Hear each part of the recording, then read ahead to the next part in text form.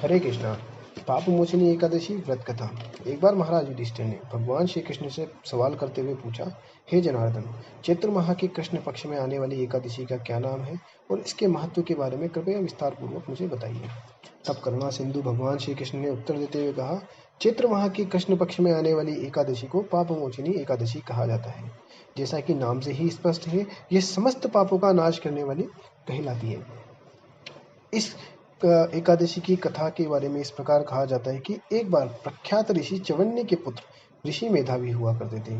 ऋषि मेधावी परम शिव भक्त, तेजस्वी और अधिकतर समय तपस्या में लीन रहते थे। एक दिन जब ऋषि मेधावी तपस्या कर रहे थे तो उस वन से एक स्वर्ग की अप्सरा मंजू घोषा गुजर रही थी।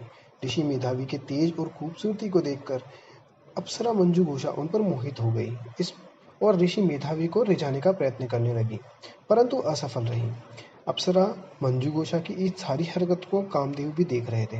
अतः कामदेव ने अप्सरा की भावनाओं को समझकर उसकी सहायता करने का ठाना। अंततः बहुत प्रयास करने के बाद अप्सरा मंजू घोषा और कामदेव सफल रहे और ऋषि मेधावी और मंजू घोषा सुखपूर्वक अपने जीवन का यापन करने लगे। कई वर्षों के बाद एक दिन मंजू घोषा ने स्वर्ग वापसी की अनुमति ऋषि मेधावी से मांगी। तब ऋषि मेधावी को अपनी भूल का एहसास हुआ कि किस तरह से उनका पतन किया गया है। तब उन्हें अत्यधिक क्रोध आया। वो क्रोधवश उन्होंने श्राप देते हुए मंजू घोषा को कहा कि तुम पिशाचिनी बन जाओ। यह सुनकर अप्सरा मंजू घोषा बहुत दुखी हुई और ऋषि मेधावी से क्षमा याचना करने लगी और उनसे शाप को दूर करने का उपाय मांगने लगी। तब करुणा में आकर ऋषि मेधावी ने उनसे कहा कि तुम पाप मोचनी एकादशी का व्रत का पालन करो, इससे तुम्हारे समस्त पापों का नाश होगा। तब ऋषि मेधावी की द्वारा बताई गई विधि के अनुसार मंजू घोषा ने विधि पूर्वक व्रत का पालन किया। इस व्रत के फलस्वरूप उसके समस्त पापों का नाश हुआ और वह एक सुंदर अप्सरा के रूप में परिवर्तित होकर स्वर्ग को प्राप्त कर पाई।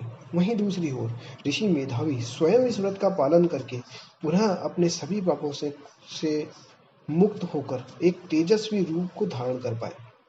कथा का समापन करते हुए भगवान श्री कृष्ण कहते हैं कि हे युधिष्ठिर, जो कोई भी इस पाप मोचनी एकादशी का पूरी आस्था और श्रद्धा के साथ पालन करता है या इस कथा का श्रवण मात्र भी करता है, उसके जन्म जन्मांतर के पापों का नाश हो जाता है और पुण्य की प्राप्ति होती है और अंततः वो भगवान के श्री भगवत धाम को प्राप्त कर पाता है।